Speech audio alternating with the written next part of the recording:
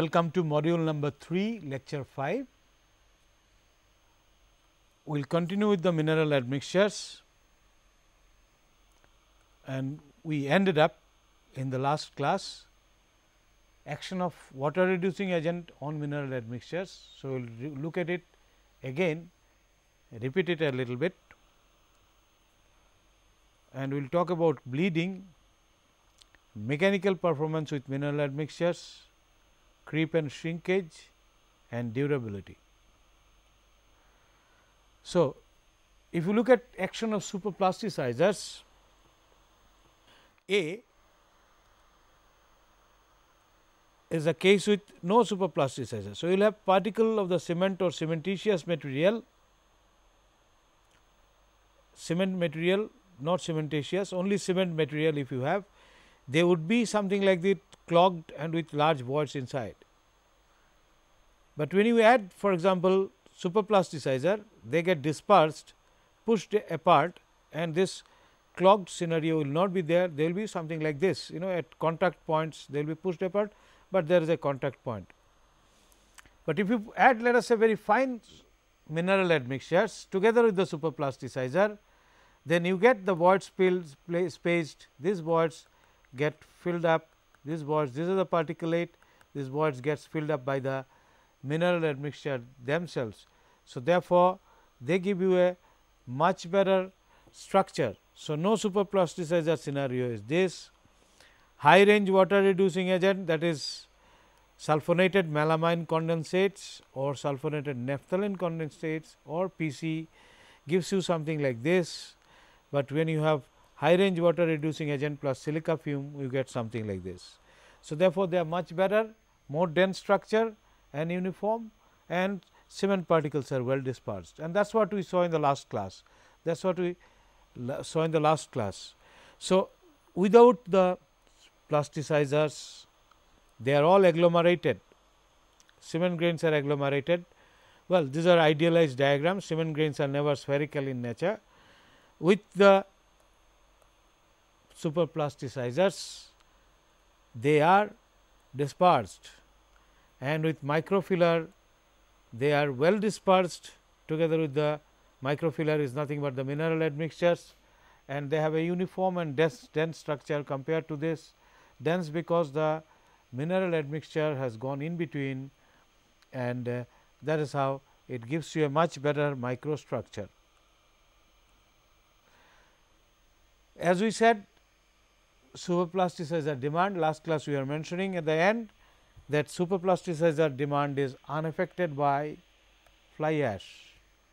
It does not change, it does not increase the superplasticizer demand. If anything, it does, it will reduce the requirement a little bit. It will reduce the requirement a little bit, because fly ash themselves has got some amount of plasticizing effect. They can reduce, they have some amount of water reducing action. So, this increases with silica fume. Superplasticizer demand will increase with silica fume. That is because silica fume is largely, silica fume is very fine. That is because silica fume is very fine. That is what we have looked into in the last class, that they are very fine, and therefore, they cause a little bit of increase with the superplasticizer demand, because they get absorbed to the surface of the fine particle. So, since silica fume is fine, it can absorb a lot of this superplasticizer at their surface, because they themselves also get pushed apart by the superplasticizers. So, since their surface area is large, they can consume more amount of superplasticizer. Okay, they can consume more amount of superplasticizer. Larger specific surface would demand more dosage of high range water reducing agent, more demand, they will larger specific surface would demand more dosage of high range water reducing agent. Rice husk ash requires high dosage, as we mentioned earlier. Rice husk ash requires very high dosage, because specific surface is very large. That is because of their cellular structure, they consume much more superplasticizer, because their specific surface is very high, much higher than even silica fume, although the structure is somewhat different. Physical structure is cellular rather than spherical or something of that kind. So, as a result surface area is very large and high dosage of superplasticizer is required in case of rice husk ash, and that is a deterrent in fact in their use, because if you add too much of superplasticizer, the side effect or negative effect of the superplasticizer quite often becomes apparent. There will be excessive bleeding, maybe setting is disturbed because it may not set within the reasonable time, setting characteristics get affected. So, optimal superplasticizer dosage is usually high in rice husk ash, and that is usually is a deterrent, that is usually a deterrent in some cases. The water demand is this is mainly because of their cellular structure and large specific surface, that is what we are mentioning. So, if I put it read it again, the water demand of rice husk ash is also high owing to cellular structure and large specific surface. So, on one side is the fly ash, which has got least effect onto the superplasticizer demand, and the extreme is rice husk ash, which has got the highest high range water reducing agent demand. Silica fume is somewhat less than rice husk ash. GGBFS also will show something like this. So, this diagram shows you the rheological characteristics, which we will discuss sometime later on when we talk of fresh concrete properties. You see, the fresh concrete or fresh paste can be considered to be a plastic material. So, a plastic material is one, plastic state, they are in plastic state, and plastic state is one where under the constant load it will deform continuously. A solid deforms under load and stress is proportional to strain in whatever form it is, shear stress is proportional to shear strain. Plastic is one which will not deform, which will not behave like liquid initially, but if you apply some stress beyond a point of some stress which is called yield shear stress, it will start behaving almost like liquid, that is flow on its own. So, at a given load it will keep on flowing on its own without addition of further load. Liquid on the other hand just flows on its own and follows Newton's law of viscosity. So, they are called Newtonian liquid, that is shear stress is proportional to velocity gradient or rate of shear strain, and the constant of proportionality is the viscosity. So, plastic after yield shear stress has reached, it will behave almost like liquid and you have got a plastic viscosity. So, if I look at plastic viscosity and yield stress of this paste, the plastic material paste, then when you have if it is this is my state, if I add GGBFS, what it does? It reduces the yield shear stress, all right, because it gives you a little bit of uniform sort of fine particle in the material, but it also increases the viscosity. So, the friction, that means resistance against flow will be increased. More paste causes reduction in viscosity increase, but reduction in yield shear stress. More water causes reduction in viscosity and reduction in yield shear stress as well. You reduce the paste, you will increase the yield shear stress and viscosity may reduce somewhat. Cement dispersing admixtures, they actually reduce, they can increase the viscosity or reduce the viscosity as well, but yield shear stress definitely they improve. And if you look at fly ash like thing, pulverized fuel ash, of course, this is. So, if you pulverize the fuel and then the ash is generated, pulverized fuel ash actually behave like adding more water, almost like adding more water. So, okay. So, this gives us some idea how rheological properties are changed, and this would be more clear when you look to the rheology of concrete, fresh concrete, workability, etc., etc. So, one side is fly ash, the other extreme is of course the rice husk ash, which increases the superplasticizer demand. As far as rheology is concerned, fly ash actually gives you a plasticizing effect like adding more water, but GGBFS, which is angular in nature, does reduce the yield shear stress, but of course, increases the plastic viscosity. Bleeding with fly ash, if you look at it, fly ash concrete reduces bleeding. Now, what is bleeding? You see, since specific gravity of water is least amongst the constituents of concrete, you add cement, which is specific gravity of which is 3.14 specific gravity, right. That is mass of the cement divided by the volume of the cement solid. So, that is actually specific gravity.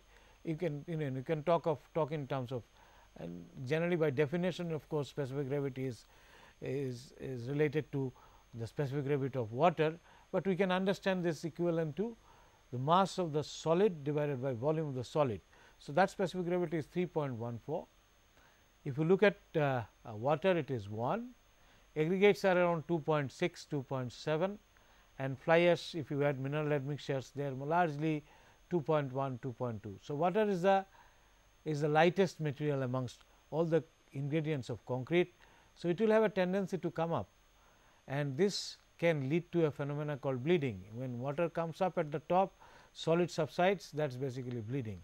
Now, the bleeding, of course, some sort of bleeding is not really desirable, excess bleeding is not desirable, channel bleeding is not desirable. We will know about channel bleeding and other kind of bleeding sometime later on when we talk of properties of fresh concrete, but these materials, mineral admixtures, when you add, they reduce the bleeding, because they are fine in the system, they are finer and of the cement size and maybe finer than cement. So, they can retain the water more, and what tendency of water coming up becomes less. So, bleeding actually reduces down, bleeding reduces when you add this material, that is mineral admixtures like fly ash. So, is the case with the silica fume, they will have a tendency to reduce the bleeding. Now, you can see in this diagram bleeding percentage as a function of time. Bleeding percentage is the volume of water that would have come, or subsidence. You can talk in terms of subsidence of the concrete, that is original height, the new height or reduction in height divided by the original height, that is we call it subsidence. We can measure it in that manner, that if I express as percentage, we find that normal concrete, controlled concrete shows high amount of bleeding, or even you can talk in terms of percentage of water, volume of water which has come in. So, this will be clear when we discuss bleeding itself, but fly ash reduces, this is understood, fly ash reduces the bleeding, that can be easily understood, the difference is quite significant. If you look at plastic shrinkage, well, when we add water to the cement system and the volume of the cement paste is formed, it occupies somewhat less volume than the original overall volume. There can be certain shrinkage at the plastic state itself, and this we can see that this gets reduced down. But if we look at air entrainment first, we look at plastic shrinkage, lower plastic shrinkage, and okay. Now, this is first, let us say plastic shrinkage will have lower plastic shrinkage. That is because water is retained, relatively water is retained and the volume changes are relatively less. So, they can hold together the water, and therefore, overall volume changes is less. Besides, they have their specific gravity somewhat lower than the cement. So, cement has a tendency, like cement, when plastic shrinkage is essentially the volume reduction, because the water will come at the top and they might evaporate and there is a volume reduction. Now, this would be less, it follows from the same understanding that it has got less bleeding, it can hold on to the water, and therefore, plastic shrinkage will be less.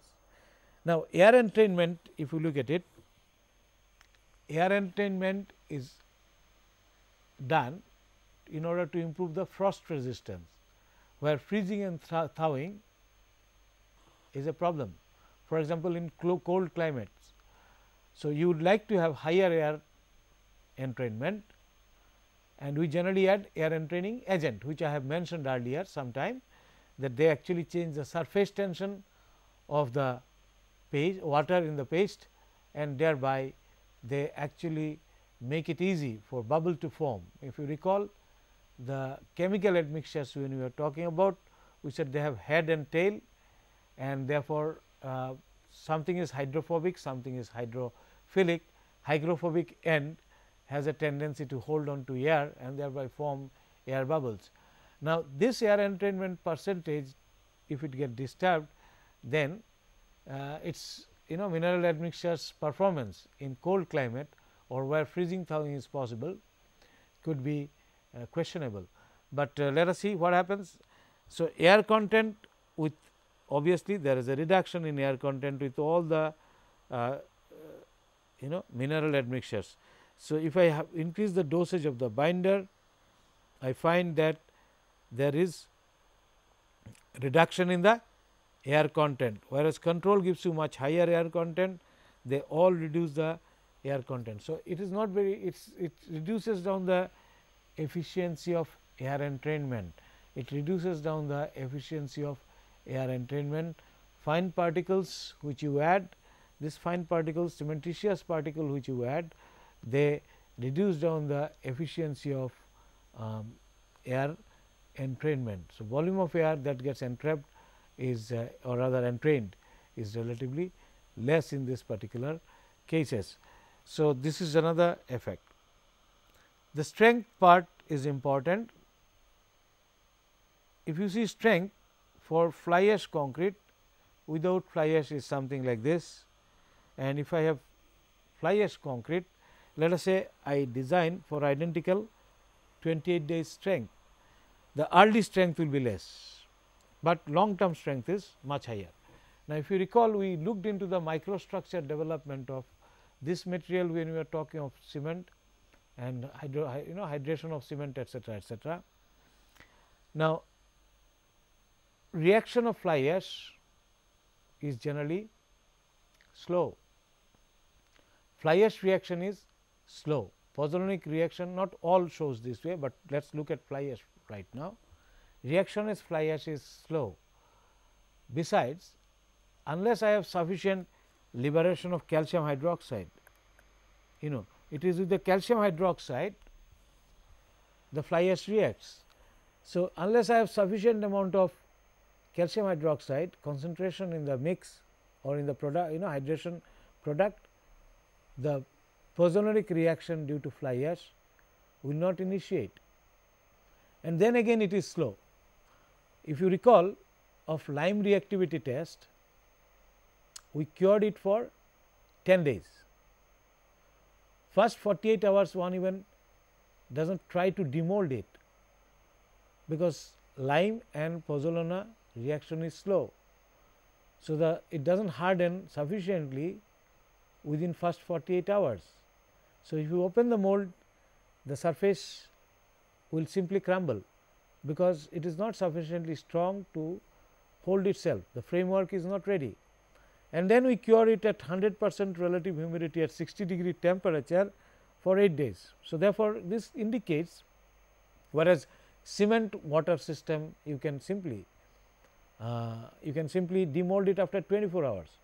So, 48 hours you do not demold and you do not test for strength. Cement system you can test for strength even after 24 hours or 3 days, but here you test it only after 8 days. Therefore, since you test it only after 8 days, it shows that the reaction process is very slow. That is one effect. So, reaction rate is slow. So, A, reaction rate is slow.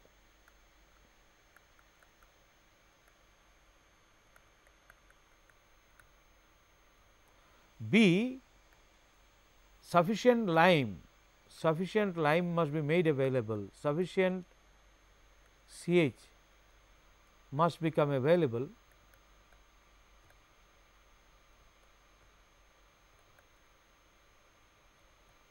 for Fa to exhibit pozzolanic reaction, pozzolanicity. So, I must have sufficient amount of lime in the system, and therefore, first 10 days I do not see any strength gain. In fact, if you see same 28 days strength, RD strength is much less. So, this is the case with blended cement or fly ash addition. So, whenever you add pozzolana addition, blended cement, of course, grinding can be more to compensate for this somewhat, but if you add fly ash, part of the fly ash in the mix and design it for same 28 day strength, RD strength is unlikely to be high, demolding time may be more. So, this one must keep in mind, but this is not a problem, because you can always design for higher 28 day strength as well. So, that is not a problem, but the point is if you have same 28 day strength, RD strength is usually less when you have mineral admixture added in the like fly ash, mineral admixture fly ash added into the system. But what about long term strength? Well, long term strength, of course, it shows significant increase, because after the pozzolanic reaction has started, the void space within the cement system, cement water system, which was earlier occupied by simply fly ash particles. Now, as we have seen the hydration process, that more and more fly ash will react with calcium hydroxide. Of course, there is a limit, because we have seen that pure silica, about 15% pure silica can react, because the calcium hydroxide liberated would be, it can consume only about only in the maximum all silica fume that is added can be consumed by lime if it is just about 15% of the cement. So, slime will consume the fly ash say about 28% or so, because 55% type of fly ash, 55% silica is there in fly ash. So, 15 divided by 0.55 is somewhere around 28%. So, about 28% of the fly ash can be consumed gradually by the lime in order to make the concrete more solid. The void space which was formed in the beginning would be now filled with hydration product, replacing the non-sealing precipitate of calcium hydroxide. Calcium hydroxide is sparingly soluble non-sealing precipitate. So, this reduces down the void, and since the voids or pore space capillary pores are reduced down, there is an increase in strength. There is an increase in strength since pore sizes become finer. So, both ways long term strength is much better with fly ash. Right, this is what it is. So, with 28 days, A is the fly ash concrete, A is the fly ash concrete, B is the normal strength concrete, strength with fly ash concrete. In fact, if you see the calcium hydroxide content in case of B, calcium hydroxide content is higher. Now, what is B? B is the ordinary concrete, A is the fly ash concrete. So, this is fly ash concrete, fly ash, and this is no fly ash. So, B will have much higher calcium chloride, calcium hydroxide much higher, whereas A has much less calcium hydroxide in the long run, and that is how it makes it stronger in terms of it is stronger in terms of load carrying capacity or in terms of strength. So, long term strength is better, short term strength is not so good. GGBFS behaves almost like FA as far as RD strength development is concerned. Now, what is the mechanism of GGBFS? If you recall, we said that GGBFS can be activated in presence of cement.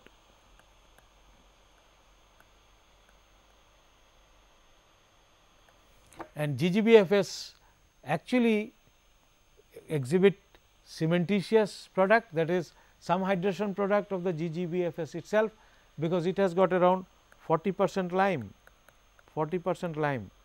and around similar percentage silica.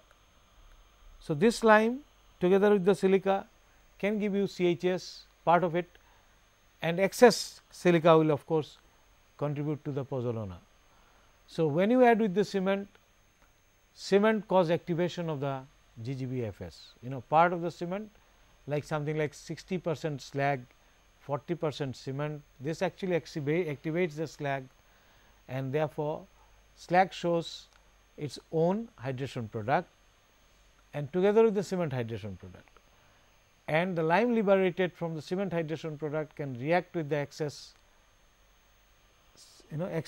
silica present, which did not react to the lime of the GGBFS, and they will fill in the void space within. But however, again its activation requires activation will require activation of GGBS will require cement, dissolution of the cement material, and it does not start really early, and the pozzolanic advantages also comes much later once sufficient lime has been produced.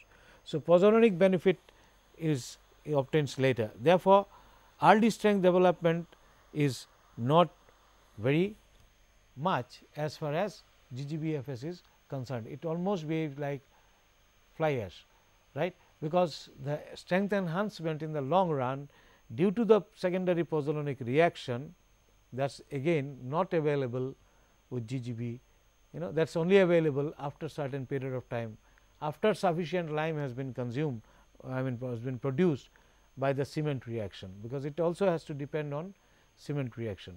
The product of GGBFS hydration that will come, but still the void space remaining between GGBFS and the cement particle is filled up by the product of pozzolanic reaction between the excess silica present and the lime liberated from the cement, and therefore, it is almost similar as before.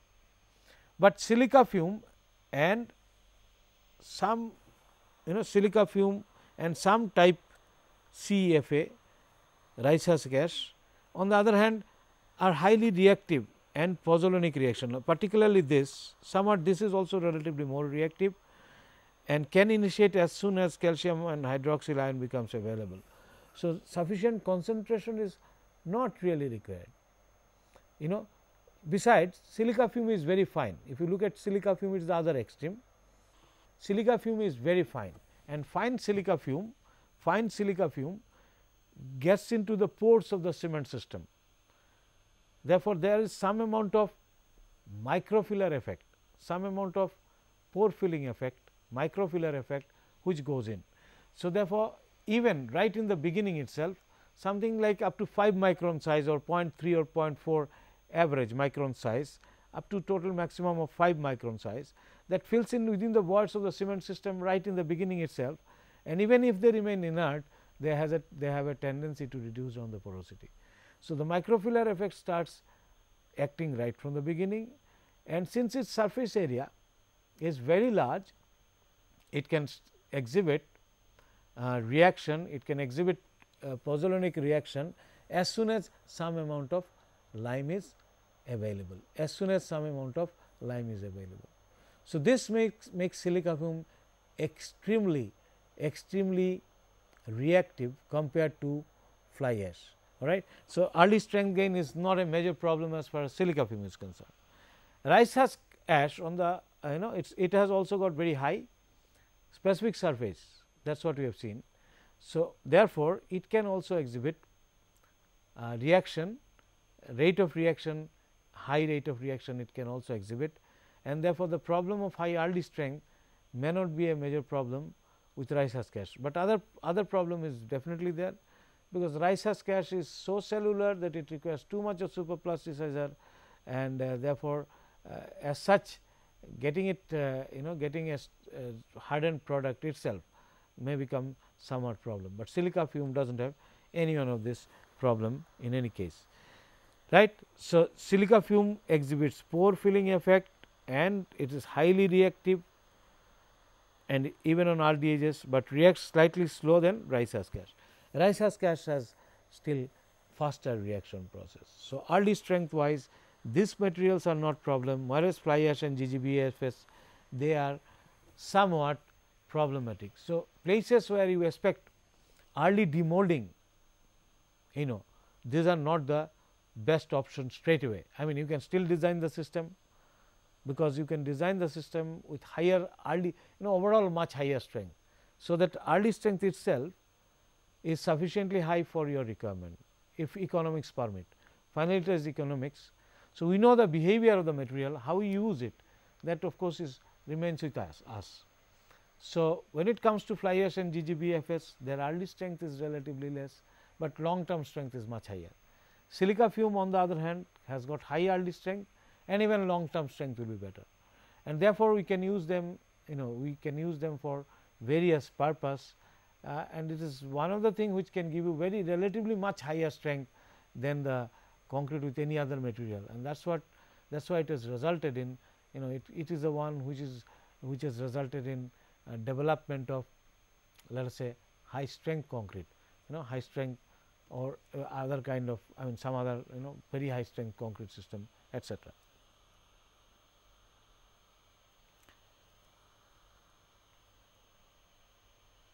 Right. Therefore, GGBFS I would prefer for, one would prefer for normal strength concrete to moderate strength concrete. Rice husk cast can also be designed for slightly higher strength concrete. Silica fume can be used for very high strength concrete, and therefore, you can have even judicious combinations of silica fume and fly ash, etc., etc. For example, another issue is of course, the cost part of it. Silica fume is the costliest in our country and many other countries as well, which do not produce the silica fume. So, silica fume is the costliest in those countries which do not produce it. It is about 7 to 8 times costlier than cement. Let us say in UK or in India, both the countries really do not produce this material, right. So, therefore, if it is where it is produced, it will be relatively cheaper. So, this is one thing. Since it is costlier, therefore, one must use it judiciously. Now, where you want very high strength concrete, well, silica fume is the only solution. Up to say 90, 100 MPa plus or 110 MPa, etc., etc. You want to get silica fume is the only solution, but you do not mind a little bit less strength, somewhere you can operate on 90 strength, might use silica fume together with fly ash, because fly ash is cheaply available. So, use some percentage of silica fume, maybe usually you do not use more than 10-15%, never more than 15%, about 10% is the silica fume is a good amount, because it has to fill in the spaces within the cement system, and 10% is a good amount, and you might still reduce it down and use fly ash. Now, if you use fly ash, your workability will improve, water reducing agent demand will reduce down, but there will be reduction in RD strength, all right. So, judicious use is possible. You might improve the reduction in superplasticizer demand, but compromise on strength. So, this kind of various kind of judicious use is possible. You can use part fly ash plus part silica fume combinations and improve the strength gain as well as RD strength gain, as well as overall strength and workability or plasticizer demand, etc. So, strength wise, this is the relationship. Now, if you look at other mechanical properties, most of the mechanical properties are related to compressive strength. If you recall, E, modulus of elasticity is okay. Perhaps we have not talked to you so far. It can be shown that modulus of elasticity is actually proportional to under root cube strength or cylinder strength of concrete. Similarly, if we look at tensile strength sigma T, or Ft, you may call it Ft, you may call it Ft, you may call it Ft, you may call it Ft. So, E is proportional to under root Fc. Similarly, Ft is proportional to under root Fc. Most of the mechanical properties of concrete can be related to the compressive strength, right. And this relationship, this type of relationships are still valid in case of fly ash concrete as well, fly ash concrete as well. So, modulus of elasticity, they almost show similar kind of behavior.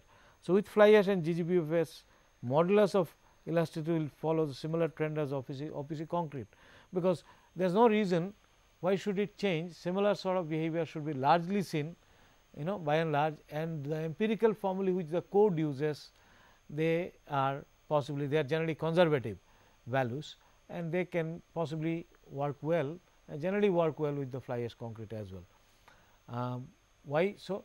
because after all you have not changed the basic nature of the particulate system bonded with some cementing material, some sort of cementing system. So, earlier also you are doing the same thing, now also you are doing the same thing, only thing is the instead of lime that was present, which is actually a kind of non-sealing precipitate, and sparingly soluble, now more you have more CHS.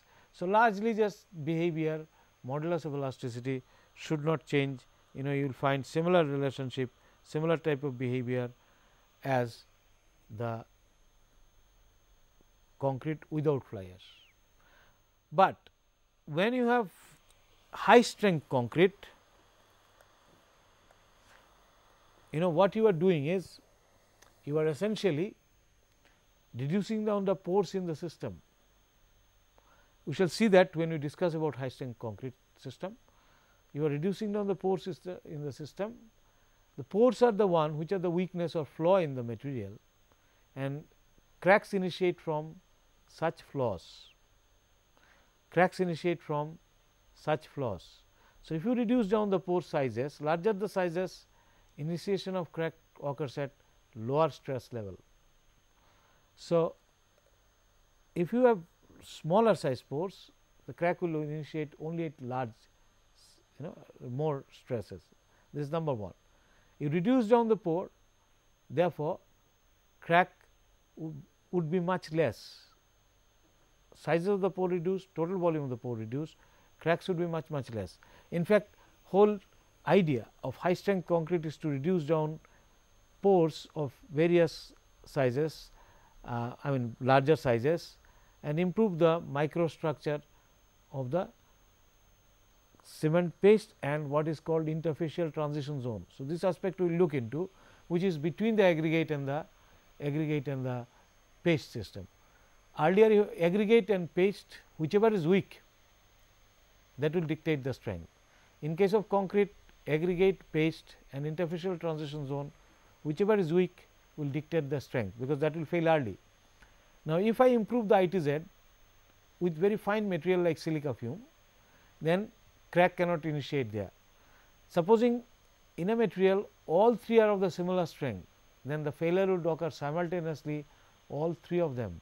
Therefore, there will be no micro cracking. Earlier there would have been micro cracking at the pores, and then these cracks would propagate. There are a lot of cracking before failure, but with fine material like silica fume added, fine pozzolanic material like silica fume added, the pores get refined, paste strength, interfacial transition zone strength and aggregate strength all tend to become very close to each other. Micro cracking is less, and that means the deformation at a given stress level is lower, which means modulus of elasticity is higher. So, modulus of elasticity is higher in case of high strength concrete. In case of high strength concrete, and this has got another aspect. So, silica fume when you add, it can improve the modulus of elasticity significantly, right, in high strength concrete, and it has got another effect also, the deformation at failure is also less. So, stress strain behavior is basically this can also be related to the compressive strength. At lower compressive strength level, behavior is something like, okay, I will just show you. At lower stress strain level, concrete would behave like this. This is at lower strength concrete. High strength concrete will behave something like this. We will have discussion on this when we talk of high strength concrete. So, higher strength concrete. So, you can see the modulus of elasticity increases, and deformation at which it fails is also relatively less. Actually, cement, this behavior is between the cement paste behavior and aggregate behavior. Since you improve the cement paste somewhat up there, so therefore, this behavior is realized in case of high strength concrete. So, you have higher modulus of elasticity in case of high strength concrete. Now, if you look at the behavior, in general and Codel diagram. Now, you see the compressive strength versus, I said that everything can be related to compressive strength. Modulus of elasticity can be related to compressive strength, like it is done in normal concrete, and with mineral admixtures also you can relate it to a compressive strength. So, this is a, for example, SEI design formula which is suggested.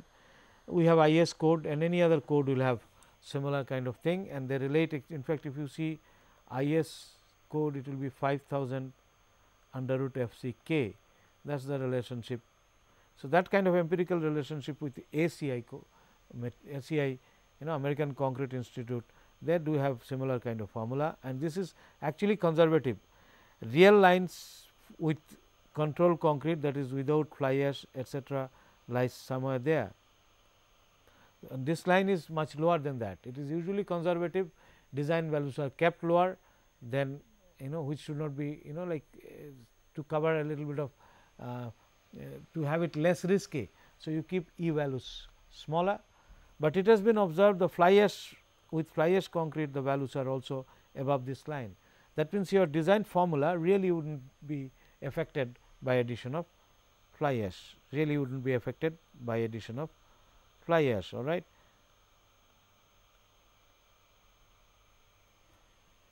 See, this is again the same thing we are reiterating. Modulus of elasticity, tensile strength and other mechanical properties can be related to composite strength of OPC concrete.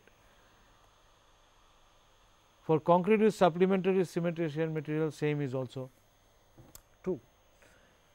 Same is also true, and the relationship is similar. Maybe coefficient might change a little bit here and there, but largely same is also valid, because after all the basic nature of the material has not changed. Earlier also you had particulate system bonded by an inorganic product of hydration, and now also it is same. So, if you apply load, its deformation characteristics will not be significantly different than the nature of the behavior. We are talking of the nature of the behavior. So, it will not be significantly different than the concrete without such mineral admixtures, right. Therefore, relationships are also likely to be similar. Relationships are also likely to be similar. Relationships are also likely to be similar.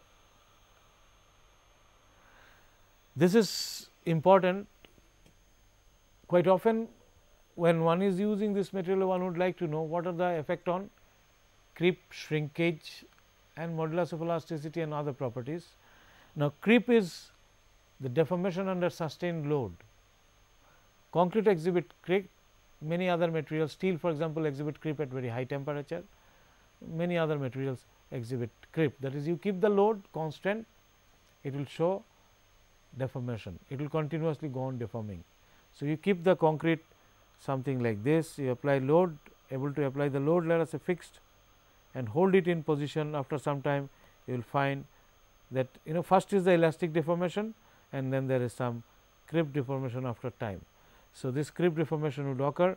Now, this is important in long span bridges, pre-stressed concrete bridges, because loss of creep, due to creep there can be loss of pre-stress. It is important in tall structures. Sometime later on, when we talk of mechanical properties of concrete, we will be discussing about that in a little bit more detail. Now, this creep with fly ash, let us see what happens. You see, this is the creep in terms of micro strain, right, stress level, OPC, and this dotted lines are the PFA. So, you have same, this is the time of loading, time under load 180 days. So, stress level, if you put it at 80% of the static strength, 80% of the static strength or 90% of the static strength, you see the creep is much less in case of fly ash concrete. If you keep it at 60%, same percentage 30-30, you will find that. So, what you generally observe is that PFA concrete has got much less creep, because of the change of the microstructure which is there. In other words, the water held in the microstructure or gel pores, this has got something to do with the creep, and with the more gel space available, gel structure, hydration product available, the creep behavior also change, and it changes positively in case of fly ash concrete. So, creep of fly ash concrete, pulverized fuel ash concrete has been observed to be lower. So, fly ash lowers down the creep. For wet concrete, for dry concrete, difference with OPC is usually small. So, if you keep it moist both, then of course, the difference reduces down. However, it still will have some amount of reduction. So, that is the observation. Curing is concrete is definitely important, and you have to cure more in case of fly ash, because you want to ensure that the pozzolanic reaction really initiates and lime production always takes place. So, curing is very important, and curing is also related to creep and shrinkage. Creep with slag, if you look at it, 0 replacement, percentage replacement 30% and 80% replacement, and basic creep. So, therefore, you can see that as I add the slag, creep really reduces down. Time under load same. So, basically GGBFS lowers creep for concrete, more in obviously in wet condition, same like fly ash. The behavior is almost similar as fly ash. Then drying, shrinkage and creep. High strength silica fume concrete exhibit less creep, that is also has been observed. Even silica fume shows less creep. Creep and drying shrinkage are controlled by gel pores, that is what I was mentioning, that is the gel pores are the one which controls the creep and drying shrinkage. Drying shrinkage occurs when water moves out from the capillary pores, and then gel water will have a the vapor pressure gradient will exist between the gel and the capillary pores itself. Gel water itself will have movement, drying off, and this causes collapse of the gel structure or change in dimension, and therefore, that is what is drying shrinkage. So, drying shrinkage both are controlled by gel pores and gel water. So, if gel water can be held for longer period of time, drying would be effect will be much less, and shrinkage also, creep effect will be also less. GGBFS of course, has little effect on drying shrinkage, not much, whereas fly ash and silica fume does that. Shrinkage increases with silica fume, silica fume concrete are less creep, but shrinkage of course, increases with silica fume, may be compensated with good curing and aggregate choice and some shrinkage compensating admixture that we have mentioned. Silica fume reacts pretty early, and that can cause actually slight increase in the shrinkage, although creep is reduced. So, shrinkage and creep properties with different types of mineral admixtures are something like this, right. So, fly ash seems to be reducing down the creep as well as shrinkage. GGBFS of course, reduces down the creep, but shrinkage it has little effect on drying shrinkage. Silica fume reduces exhibit less creep, but drying shrinkage it actually has higher drying shrinkage compared to it increases the drying shrinkage, and you can compare it, compensate with good curing and aggregate choice etc., and shrinkage compensative effect. Now, before we come to durability, I would just like to point out this curing is very important for mineral admixtures. Curing, you need higher days of curing.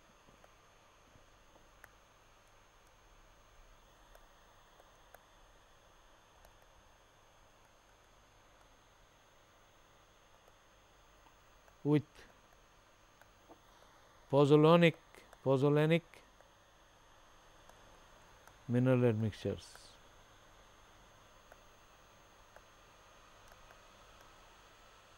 Because their reaction itself is slow and sufficient lime must be produced before pozzolanic reaction can be realized.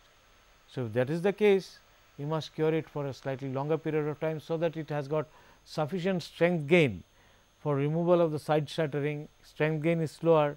So, wherever strength gain is slower, you got to do more curing, and you got to ensure also what is called capillary segmentation. So, therefore, where you require 7 days curing with only OPC and fly ash, you would possibly require 10 days. Where you need 10 days in a dry condition as far as OPC is concerned, with OPC and fly ash you will possibly require 14 days. So, curing required is more for this material. Next is the durability issues. See, if you look at one of the properties, say chloride diffusion coefficient. Now, durability firstly related to ingress of material from outside. So, ingress of moisture for example, that is the main cause, because almost all durability problem, as we shall be seeing later on, is associated with chemical reaction of some sort of aggressive agent or contaminant coming from outside. They may be inside also. Even if they are inside, since the deterioration reaction, most of the deterioration reaction requires presence of water, that is they occur in solution phase. Therefore, water ingress is a must. Now, water would be coming from outside. Initial water is too small, that will get reacted, and if you do not do anything, they will evaporate. But in future the moisture penetrates into the concrete, deterioration process can follow, depending upon the situation. Aggressive agent may come with water in solution, or some sort of aggressive agent already present in the concrete can become, reaction process can start, because there will be pore solutions now available with water coming in. So, therefore, when more ingress becomes possible, when ingress becomes more possible, or if it gets reduced, if it is more, then durability is less, if it is less, durability is more. Now, we have already said that with fly ash, GGBFS or silica fume, pore structure gets refined, microstructure gets refined, pores becomes less, pore sizes becomes lower, and in fact, with the appropriate amount of curing, pores will be easily segmented, interconnectivity also will be reduced. So, therefore, durability of such concrete is likely to be better than OPC concrete. Some of the specific durability problem, let us see, one of them is, but there are other issues also. Let us see, one of them is, for example, chloride diffusion coefficient. Just let us how chloride diffusion coefficient is a measure of basically possibility of, or like the flow of chloride inside the concrete. Whichever value has high diffusion coefficient, it means that it is likely to allow more chloride to come in. So, what is observed is that if you have OPC, this value is somewhere like this, but if you have sulphate resisting cement, the value increases significantly. Fly ash and OPC reduces it down, and slag and OPC still reduces down. There are two aspects in this. One, all the chloride that goes into the concrete, some of them gets bound. Now, this binding is associated with C3A, tricalcium aluminate. So, sulphate resisting cement which has got least C3A shows high chloride diffusivity. OPC has got some C3A, therefore, it has got high diffusivity compared to others, but this would improve, because the pore structure itself will be improved and nothing can penetrate through it. The penetration process become less, and possibly chloride binding is also perhaps not, the slag and PPC fly ash may be able to physically bind some chloride, but more importantly they make the concrete more impervious. Therefore, you can find that fly ash and OPC, slag and OPC, they perform, mineral admixture addition perform better as far as chloride diffusion coefficient is concerned. So, chloride ingress now obviously the threshold at which corrosion will start. Chloride is important from corrosion point of view, and this we will understand when we look at durability of concrete. So, threshold depends on steel type, cement type and mineral admixtures. Mineral admixtures performs better, that is what we have understood. Therefore, corrosion initiation time can be longer, but type of steel has some role to play as well. Well, there are two types of chlorides, one is acid soluble chloride and water soluble chloride, and this ratio acid soluble chloride is bound chloride, chemically bound chloride also it includes, and generally this varies from 1.25 to 1.6 for many of these blended cement, and it is surely high for blended cement compared to, let us say, sulphate resisting cement. Now, another aspect is the resistivity of concrete. This is important with respect to reinforcement corrosion, because which is an electrochemical process. So, resistivity of concrete, higher the resistivity, generally concrete will perform better against rebar corrosion, because high resistivity means less current will flow, less electrolytic current will flow. and we will have some, we will look at that sometime later on when we look at durability. But let us say relative resistivity, you can see that OPC and PPC. So, this is OPC, PSC is the complete dark one. So, any cases with various kind of chloride percentages, this is the chloride content. In all cases you will see there are 2-3 cement water cement ratios, you will find that the relative resistivity of OPC is somewhere here, and with PPC and PSC it was somewhere there. OPC is somewhere here, the small. So, resistivity increases with pozzolanic material, and therefore, they can provide better protection against river corrosion. So, mineral admixtures therefore would perform better, because they tend to increase the resistivity, right. So, this again this mechanism etcetera we will look into sometime later on when we look at durability. So, this is important because resistivity is an important issue and it reduces down the corrosion rate. So, this we can look into later on.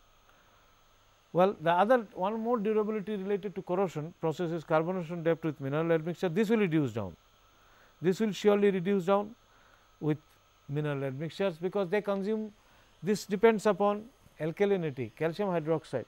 So, if you have calcium hydroxide is consumed by the atmospheric carbon dioxide, and pH of concrete reduces down, and that is carbonation. So, it has been observed that if you use OPC with the carbonation depth, carbonation this value, carbonation depth is given by this factor K. Higher the K, for a given time carbonation will be more, and these values of AFMB, this term which depends upon the type of cementitious material, you find that it is OPC shows 6.2, 3.7 for different strength of concrete, but PPC etcetera shows OPC plus fly ash 28%, and it shows somewhat higher values, which means that K will be higher. It shows somewhere higher values, which means K will be higher. So, for a given time carbonation depth is higher with mineral admixtures.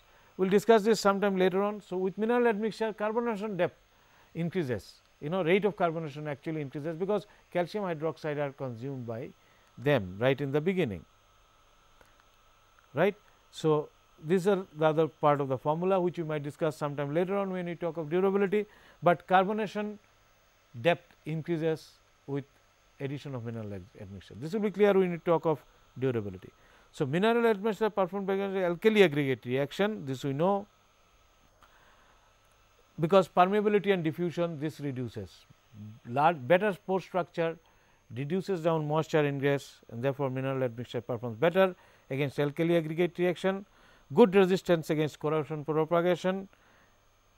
Against magnesium sulphate is still uncertain at the moment. There are some report that they are not very good against magnesium sulphate, but other sulphate attack they are again better. So, mineral admixture generally improves durability properties of concrete as well. This will be again further discussed when we talk of durability. So, we can summarize the whole thing now. This module, this is the last lecture of this module. We have looked first into the chemical admixtures and then into the mineral admixtures, and this part of the mineral admixtures we have first looked into their characterization, then looked into their effect on fresh concrete, then into the hardened concrete crypt shrinkage, strength, crypt shrinkage, and then the durability.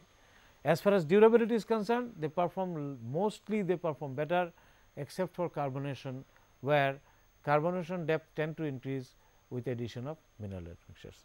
So, I think with this we can actually conclude this module, and thank you very much for hearing.